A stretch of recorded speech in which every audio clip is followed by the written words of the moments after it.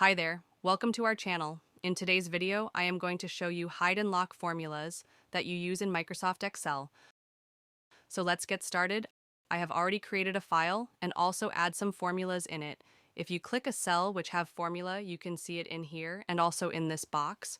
So if you want to hide this, you can select all cells which you want to hide. Then press right, click, and go to Format Cell. It's open a dialog box. Then go to Protection tab. Here, check Hidden Box and the OK. But if you click those cells, which you hide still, you can see formulas for that. You have to one more thing, go to Review, tab, click, Protect Sheet option. Here you can type your password and then re-enter the password.